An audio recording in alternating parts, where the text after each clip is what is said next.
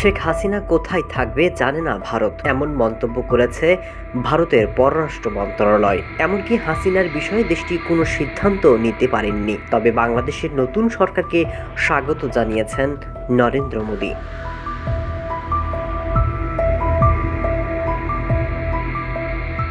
ভারত কয়েক দশক ধরে বাংলাদেশের সাবেক প্রধানমন্ত্রী শেখ হাসিনার সবচেয়ে নির্ভরযোগ্য আন্তর্জাতিক সমর্থক ছিল।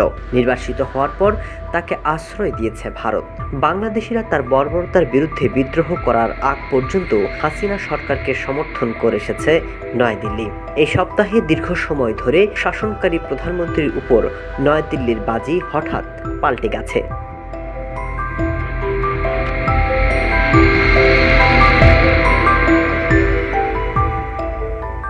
দেশটির পররাষ্ট্র মন্ত্রণালয়ের মুখপাত্র বৃহস্পতিবার এই সংক্রান্ত প্রশ্নের জবাব দেন। এ সময় তিনি বলেন, হাসিনার পরিকল্পনা কি সে বিষয়ে তাদের কাছে কোনো খবর নেই।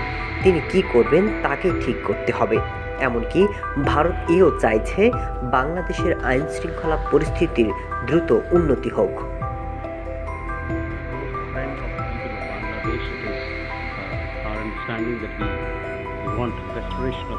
এদিকে নরেন্দ্র মোদি লিখেছেন, নতুন দায়িত্ব গ্রহণ করা অধ্যাপক মোহাম্মদ ইউনূসকে শুভকামনা জানাচ্ছি। বাংলাদেশে খুব দ্রুত স্বাভাবিক পরিবেশ ফিরে আসবে এবং হিন্দু সহ সব সংখ্যালঘু সম্প্রদায়ের নিরাপত্তা এবং সুরক্ষা নিশ্চিত করা হবে বলে আমরা প্রত্যাশা করছি। তার মানে বার্তা পরিষ্কার, ভারত বাংলাদেশের সাথে সুসম্পর্ক বজায় রাখতে চায়।